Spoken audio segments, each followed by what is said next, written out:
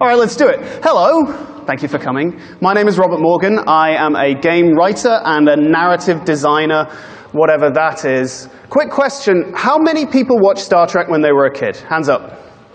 How many people played make-believe Star Trek when they were a kid? Yeah, okay. Slightly more embarrassing question. How many people played make-believe Star Trek now? Put your hands up. This is a safe space. It's fine. It's fine. The weird thing about playing make-believe Star Trek, they gave you a phaser. They sell you a toy gun. They also sell you a tricorder. And what other TV series would sell you an iPad that told you how aliens smelled? I always preferred these to my action figures, actually, because they're not toys. These were life-size. They were role-playing equipment. They were what you needed to be a Starfleet officer. But the weird thing about playing Star Trek for me, the thing that I think about now, is that when you play Star Trek, you're just playing Star Trek. When I played with my Power Rangers action figures, I always wanted to pick the red action figure first, the red Power Ranger, right? When I played Indiana Jones, I wanted to be Indiana Jones. Or more accurately, I ended up having to be Short Round because I had an older brother. Not that Short Round isn't cool, because he is, but he's not the fantasy, he's not the character that the fantasy is built around. When you played Star Trek, you could pretend to be one of the characters if you really wanted, because Kirk was basically an action hero of sorts. But the series, the fantasy, had room for yourself in it. You could imagine yourself being part of Starfleet, and the fantasy was big enough to bring yourself into it. It had a big possibility space. It was big enough not just for the central characters, but it had rules, and you could see how you would fit into it. Power Rangers world didn't make sense without them. Whereas Star Trek was an economy, it had a system. You could imagine just what it would be like to be there. You didn't have to be Kirk. It's a bit like historical reenactment in that sense. Because you might find in historical reenactment, there's one or two people who really, really want to be King Harold. But more likely, most people are there just wanting to be part of the atmosphere. Star Trek was like that because it had place for your own identity in the fantasy. The whole story wasn't a pond that swirled around a single character. The pond was bigger than any of the fish in it, even Kirk. And I've been thinking about this a lot lately, because I talk about VR a lot, and I often talk about it at kind of scientific or accessibility, public accessibility events, talking about VR to grown-ups, basically, rather than to games people. And I often get asked, probably the most common question I get asked, is when we are going to get the holodeck. This perfect mixture of VR, AR, 3D printing, holograms. The thing is, a lot of people don't really remember the details of the holodeck. You might remember the gangster episode. You might remember that the time Moriarty turned evil and got control of the Enterprise. You know the weirdest thing about the holodeck? They were always themselves. They never altered their appearance. And although they might be a named character like Little John Worf, they played themselves as that character, and they actually had to put on those clothes, which means that somewhere the Enterprise had a dress-up box. And that makes a kind of sense, because it was a TV show. The fun was in seeing the characters we already knew put on the costume. We didn't want to suddenly be watching a Robin Hood TV show. But also because in the holodeck, the only real thing in the simulation is you. And everything has to feel real in relation to you. The closer you get to the person of the user, the harder it is to simulate things. So even with all the Enterprise's technology, it's quite plausible that trying to augment live clothing and appearance alteration onto a person in real time would be too much. Because we know how our clothes are supposed to feel. They have a strong, authentic relationship with us. We definitely don't want our clothes to suddenly glitch out. But still, there's something strange about the lack of wish fulfillment in the holodeck. All that technology, all the power to create holograms and matter live. And they always wanted to be basically themselves. Where are the empowerment fantasies? Where are the chainmail bikinis or the giant swords, the chiseled jaws, the things that games tell us we usually want to roleplay as? Data spent his whole life wanting to be human, and given leisure time and infinite simulation resources, the human he wanted to be was himself in a Sherlock Holmes outfit. Side note, they also kept their rank, which is really screwed up when you think about it. It'd be like going on a team-building exercise, paintballing, except your boss has to be in charge, and God help you if you shoot him. It all seems quite fitting, to be honest, because after all, being a Starfleet officer was already an empowerment fantasy to a certain kind of lonely kid. Why would those characters ever want to be anyone else? That's why the fantasy was truly egalitarian. You could get lost in it while still imagining being yourself. And I've been thinking about this a lot lately because there's another question I always get asked at those VR talks when I'm talking to grown-ups, usually grown-ups who just finished reading Ready Player One. Well, what happens when these kids start jacking in to their VRs and they go into these beautiful worlds we're creating, the wish fulfillment fantasies, and they lose all touch with reality and they disappear into the simulation? My response is always, well, firstly, don't worry because we're not there yet.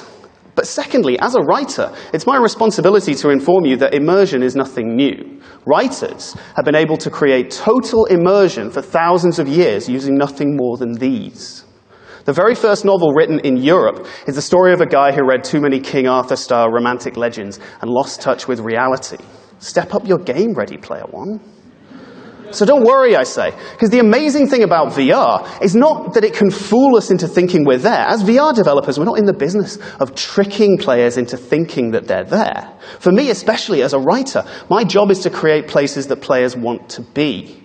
And people they want to be, to help players create their own willing suspension of disbelief, to help them want to get over the botheration barrier of putting the space helmet on in the first place. And it's especially necessary if we're going to get our users continuing to go back to the VR headsets after the Christmas morning sugar rush has worn off. And for me, this means not doubling down on what games have been doing for decades, focusing on giving the player superpowers, giving them wish fulfillment characters, trying to find a formula for the action figure that every kid is going to want to pick first. What Matt Bock has called games as empowerment simulators. Because we need to recognize many of the characteristics of flat-screen games, many of the things we're too prone to think are defining characteristics of games themselves, are actually just a result of designing specifically for a medium that's over there, on a screen which to our eyes might just be the size of a playing card. High ground speed and bonkers physics, overstimulation, the very idea that games have to be an emphasis on combat. All these things are not necessarily what games are, but the result of an arms race of thrills and effects to take the best advantage of the flat screen medium. There's nothing wrong with that. Action figures or role-playing, it's all good. Flat-screen gaming isn't broken, and VR isn't a fix for it, but they are completely different beasts. So in VR, I think we need to assume less about our players, and certainly not assume that we can generate a formula for an action figure they'll definitely pick. We need to create the possibility space of the game around the player, with lots of space for their own level of role-play, and that's where augmented reality comes in. Because what I want to show you today is a couple of key things that I learned from developing for AR. Because AR is a medium where you have to create an immersive and interactive story that isn't just built around the player, buzzword, buzzword, but where the player is the protagonist. They are their own hero, and you can't assume anything about the player, from who they are and what they want, to whether they'll even still be playing in 2 minutes' time. And I found this incredibly useful in developing for VR as well. I actually got my start in AR. The first game I wrote was, and the sequel, Book of Potions, the first game I wrote was Book of Spells, which was an augmented reality title for the PlayStation, written in collaboration with J.K. Rowling. It also gave rise to my favorite line that I've ever written in a game, which was, fairly soon into the experience, ideally, players may not even have heard this line, but it was just a little note that I really liked. Because if the player didn't open the Wonderbook for a couple of, I don't know, about 10 seconds, then the character who narrated the experience to them, the teacher who was teaching them to be a wizard, would ask, come on, are you a wizard or not? And this was satisfying because A, it's a quote from the books, and B, because in user testing, when users heard this, we saw users who initially weren't that engaged. Suddenly, because we challenged them, they were shouting at the screen, yeah, I am a wizard, I want to be involved. They were ripping the book open. They wanted to be engaged as soon as we said it. Now, since then, I've moved into VR. I wrote a game called The Assembly, which is coming out for, it's slated to be a launch title for all 3 major headsets, major fixed position headsets. But I'm also developing experiences for AR. Now, bear in mind, when I talk about augmented reality, I'm not just talking about the way we classically visualize it, because visualization isn't everything. This is typically what we envision when we talk about AR, but you could, in my opinion, just as easily be talking about a mobile experience. Because if you've ever walked down the street while using Google Maps, I believe you're augmenting your reality. For me, Ingress can rightly be called an augmented reality game. If anyone's familiar with Ingress, it's a game which used real geolocation. Not because of the trailer, because the trailer created these imagined graphics that would pop up into the user's visual field. That's not actually how the game worked. The trailer was rather misleading in that sense. What the game actually did was influence the way you actually experienced reality, because it was based on real locations. And so when you walked around the world, you'd start spotting landmarks and think, this is a terrain to be conquered, this is a contested space, because you had an additional layer, a digital layer, on your experience of reality. I also consider Zombies Run to be an augmented reality game, even though it didn't take very many inputs from the real world, apart from the assumption that the user was jogging. Nonetheless, it had an effect on the way that you experienced reality. It was an additional layer laid over your experience of your own neighborhood. Looking at it this way, even Tinder, and especially Grindr, is augmented reality. Actually, the augmented reality that I'm developing now is audio only. It's somewhere between a mobile game and theater. It's about where users exploring a space, having the story delivered to them through their headphones based on their choice of path. And it can work without the fancy graphics superimposed in your visual field, with only audio. Because even if 90% of the augmentation that you're doing happens in the player's mind, the structure of the game is still altering your relationship with reality. And we might once have called this gamification, if that weren't now a dirty word. I call it augmented imagination. Now, this might seem a bit wifty-wafty, a bit theoretical and indefinable, but if you've ever played too much Thief and then gone out to get some groceries and found yourself pressing yourself up against the wall suddenly, or if you've ever played too much Assassin's Creed and then actually gone to Venice or Istanbul, then I think you know what I'm talking about. It's fine. This is a safe space. And although the announcements have been delayed, one way or another, augmented reality is coming in a big way. Augmented reality, game interactions, game stories which fit around your life, your reality, your neighborhood, this is coming. Because remember, we already know that the paradigm which most changed games in the last 10 years was not an increase in resolution. It was a creation of games that you could carry with you and that fit around your ordinary life. Now, most important slide in the talk. What does all this actually mean? What does AR teach us about writing for VR? What did I learn from my experiences writing AR that I then brought back into writing narratives and designing experiences for VR? Well, I want to talk about two things, two core areas that AR taught me to develop, which I found incredibly relevant to VR. Let's talk about control first. The lesson is, you are not in control. Augmented reality is a brilliant way to learn to design for games where you have very little control over the player. All those augmented realities that I talked about, the thing they have in common is having the real world as their central referent. The player actually lives in the real world. They know how it works, and they'll notice if it works differently. In VR, we talk about lack of camera control and cutscene, but in AR, you have no glass tunnel whatsoever. In the Book of Spells, not only did we not know what the camera in the game was going to see, because the camera's view was the user's actual living room and the user's actual person. But because the control scheme was a physical book, we couldn't even control when the player moved back and forth between areas of content. We might be midway through an activity or a mini-game that we're serving to the player, but the player could simply turn the page if they're bored, and we'd have to unload the activity and load up the content onto the next page. We just couldn't control it, because once we introduced a real element, the book, we had to obey the laws of that reality. To break that rule would be to break the rule of the simulation. So if the player got bored, they'd just move on. Designing a location-based AR has the same problems. When the player reaches a specific location and triggers the audio clip, you hope they'll take it the way you want, but there's nothing to stop them just moving off if they're interested in something else or if something catches their attention. And I found this incredibly relevant in VR, particularly writing the assembly, because we found writing the assembly that the conventional ways of game storytelling weren't working the same. It was like putting pictures up in a gallery. You anticipate, you think you know how pictures in a gallery are supposed to work. You're supposed to go up to them, do the head tilt, and go, and then you move on.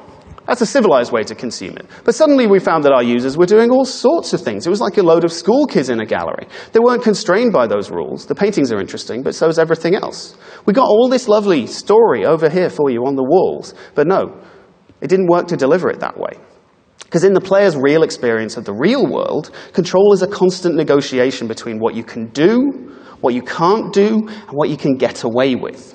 So we needed to find a way to negotiate with our players about what we wanted them to do, what we wanted them to not do, and what we wanted them to feel like they were getting away with, because that's the best feeling in the world. That put us in, not just in the storytelling business, but in the curation business. For VR, we had to design a gallery that directs the user in the direction we want, while never impinging on their sense of the possibility space. Because when you're trying to create a simulation of reality, the user wants to test out the limitations of the sim, not because they want to break it. Not everybody is a dev. But because they want to understand the space. They want to calibrate themselves to how real it is and what the possibilities are. I talked about this last year in relation to NPC characters, about how first-time VR players find ways to test NPCs for realism by doing socially unacceptable things like maintaining too much eye contact. Sorry. But I found that that's true in all VR storytelling. Far more than in flat-screen games, players are interested in the reality of the virtual reality. And so everything comes under more scrutiny. Which means that for every limitation placed on the player, every control you exert, you have to give them a way to make sense of it within the imagination, the possibility space. How exactly this will apply will vary from game to game. In assembly, we often needed to temporarily block progress, like you usually do in a game. We could just lock a door till you completed your tasks. But even experienced flat-screen gamers reacted to this as if it was something new. The most jaded gamer, who knew a progress-locked door when they saw one, wanted to investigate whether this door was really locked, because we'd set high standards of realism, and greater immersion leads to greater expectations. So we had to provide the best explanation we could: airlocks, decontamination chambers. Games have been doing this for years, providing explanations for arbitrary limitations to preserve the player's sense of possibility space, whether it's a locked door or an encumbrance stat. But in VR, these aren't just an issue of design principle, they're life or death, because immersion is a fragile balance. And if story is not going to break that balance, the answer is not to keep trying to exert the same kinds of control in design or in story, but instead to put the story out there for them to discover, create the sense of the widest possible possibility space. The bottom line is, if you run into an invisible barrier in VR, it's not just poor level design, it's an immersion issue. And immersion is hard to build and very easy to break. Now let's talk about identity. In augmented reality, the most central reality that's being augmented is the player. In augmented reality, the player is the protagonist, so you have to find a whole new way to talk to them. But in VR, the player's more there. They're radically embodied in the simulation in a way they're just not in a flat screen. So just the same, you have to find a new way to talk to them. Because again, in VR, just like in AR, making assumptions about players isn't just a demographic issue. It's an immersion issue. So what can we do? Well, first, this doesn't mean that you can't strongly characterize the characters that you have in your VR game. It doesn't mean you can't create nicely fleshed out characters that the players embody. In assembly, we have nicely fleshed out characters, I hope, with strong identities, and you ride in their heads. And I think that's fine, because I believe that players are generally much better role players than we give them credit for. But you can use the power of implication. Now, I don't mean just implying things, although that's very useful as well, because in games it's generally a good rule of thumb that less is more. And in VR, that's even more the case. I mean implication like you get implicated in a murder. And speaking of murder, I'm going to be very careful with spoilers because the assembly isn't out. But essentially, there's a moment in the game where we ask you to do something extremely unethical. We ask you to do the unthinkable. Whether you actually have to do it or not, that's another question. If the player actually does it, if the player goes ahead and presses the evil button, we need a dialogue to cover what the player was saying as they did it, or what the character was saying as they did it. Or did we? Because I'd written a lot of dialogue for this character, but for this moment when the player had chosen to press the evil button, I found I wanted to write less and less. I was drawing it back. Not just because less is more, but also because I wanted to foreground the player at that moment. I didn't want them to hide behind the character. I didn't want them to be able to tell themselves that they were just role-playing. I wanted them implicated. And more importantly, I didn't want to put a reason on why they were doing what they were doing. Why were you pressing the evil button? That's up to them. Because if you impose a reason on them, if you suggest a motivation and then confirm it, that's collapsing the possibility space. It's invading the player's space. At various points in the assembly, people speculate or even outright accuse you of doing things for various reasons, but we never lock it down. It's still up to you. It's just like asking users if they're wizards or not. If we accuse the user of doing something for a certain reason, but leave space for them to have their own reasons, suddenly we have players shouting in the headset, "No, you've got it wrong. I'm doing this for my reasons. I'm doing it because I think it's the right thing to do," or the wrong thing to do. It stabilizes the user's identity, not outside the sim, but inside the sim. The challenging the user to justify themselves, accusing them of a given justification and forcing them to come up with their own and assert their own identity, crystallizes their identity not outside the sim, but inside. And suddenly they're role-playing, whether they expect it to be or not. The minute we asked, are you a wizard or not, we started mixing them into the reality. Which is why, in the site-specific augmented reality project I'm working on, the first thing the user's going to hear is something like this. Because this is more than just your standard call to adventure, because the emotional hook requires no context. It's not like killing a family, because you have to be told that they're your family and you care about them, and then you're given a quest and you have to be told why the quest is important. This kind of call to adventure has a direct access to the player's imagination, the way that VR has a direct access to their visual centers. These phrases force the user's identity to stabilize around a few important things. Something's going on. Something's not as it seems. You have a job to do. You have a secret. Something important is happening. Just try to act normal. Everything else, all the world building, all the context, you can fill that in later. Or leave it to the player's imagination. But as long as you hook them like this, you start mixing their reality, and you bring the user's identity into the game. That's how we did it in the assembly. One of the two characters, Madeline, is kidnapped. She's railroaded in. The call to adventure is she's trapped. It's a classic computer game scenario. But the other one, the other character, his is a mystery plot. His relationship to events around him isn't immediately clear, and he's conflicted about what's happening. So the first thing you hear is that something is amiss. Things are not what they seem, and you have to act like everything's normal. Because if there's any more evocative phrase in the English language than "are you a wizard?", it's just act normal. And that's how we brought our players in, or that's how we tried to. Not by porting them into the simulation, putting them in the costume, telling them who they were and where they were going, but by telling them they were already involved, that they had a secret to protect, that it was already too late. Before we even told them who they were, and before they realized it, they were already wearing the Sherlock Holmes outfit, because that's what people do. Turns out, control and identity are kind of the same thing. Now, it still seems a little weird to say, act normal while you're wearing a plastic space helmet. But if you're a VR dev, you're gambling on the idea that this will someday be normal. But we only get to normal if we can get players used to putting on the helmet and going somewhere, not just somewhere where there are beautiful things and places to look at and things to do, but where they feel like they have a solid identity. Not necessarily somewhere where they feel comfortable, but where they're participants, not spectators, where they're protagonists, not just players. Our players are coming to us for amazing experiences, but with all the visuals we can now create, we shouldn't lose sight of the fact that the main new tool of VR is a stronger, closer relationship with the player than ever before. And that means a stronger relationship with reality. Because we're already dealing with mixed realities. There's always another reality we're dealing with. The hardest reality of all to augment, the player. In AR or in VR, they're always at the center of the experience, and we aren't going to get very far trying to compete with that reality. Because distraction is not the same as immersion. You can't overwhelm people into being immersed. As soon as you start mixing realities, you start talking about sharing control of the story and the environment with the player, and bringing their identity into the simulation in unexpected ways. We have to work alongside the real element of the player, leave more room for them than ever before, because the player is more there. They're radically embodied in the simulation in a way they never have been before.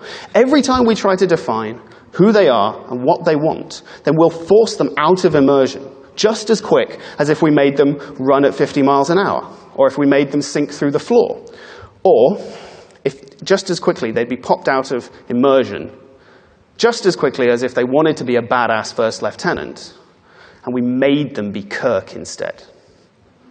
And that's where I want to finish it. Thank you very much.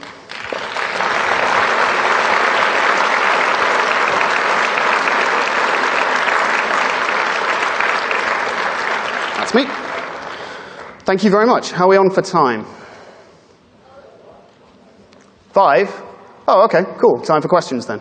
I guess there should be mics or something. Whew. Are there any questions? No, that's fine. I've solved the issue of virtual reality and augmented reality. It's all done. I believe you need to queue up for the mics. Is that right? Okay. Madam, you were there first. Nicole Lazaro from Z-Design Zeoplay. And what I really loved about an old game was of Myst was that really I felt that that Cyan told the story through the environment. You know, as you go from one place to another. Right. And that, in a sense, pulled you in. Do you look at a lot about about the environment, or is it mostly just the words that we're hearing? No, actually, the people that I try to work closest with are the environmental storytellers, the environment designers, because because virtual reality users already have a lot on their mind. They're already very stimulated. There is a limit to how many words you can deliver that they're going to be able to take in. I have a pun about this, which I love. When you're delivering story to the player using words, you have to give them just a bit and then wait for their capacity to absorb those words to refresh itself. It's like a health bar that goes down and then it builds itself back up, or a manner of speaking. But that's the reason why you have to privilege environmental storytelling over words, if anything. So if you can do it with a scene, if you can tell what you need, tell the user what they need to hear via a dead body or a flower or a monster that wants to fight you or a monster that wants to befriend you, if you can do it with that and you don't need any words at all, that is a win for storytelling. Because the more you can leave up to the player and leave in the player's imagination space, the better. So I think it's absolutely crucial. I got my start in writing in theater, and actually that is much, much more than cinema. That's the art form that I draw on most when I'm designing narratives, because I feel that set design and staging and blocking have a lot to teach VR, perhaps more even than a medium like cinema, where you can control the mise-en-scène. Instead, you have to create a set that the user is going to walk into and draw their own conclusions from. So, yes. Thank you. Thank you. My name is Dustin. I'm from Occipital, so I work on mixed reality during the day.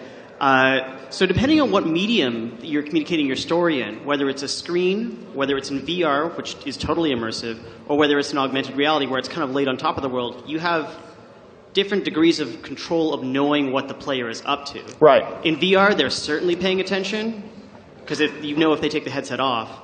If it's a screen, they may have looked away from the screen. If it's an AR, they may be looking at their phone, or they may be doing something else, especially in audio-only augmented reality, which I know a lot about as well. So how do you, as a writer, like you have the are you a wizard or not question, which ensures people are paying attention. How do you, as a writer, assess what degree of involvement people are having, and are you okay with them answering a phone in the middle of your experience? Yeah.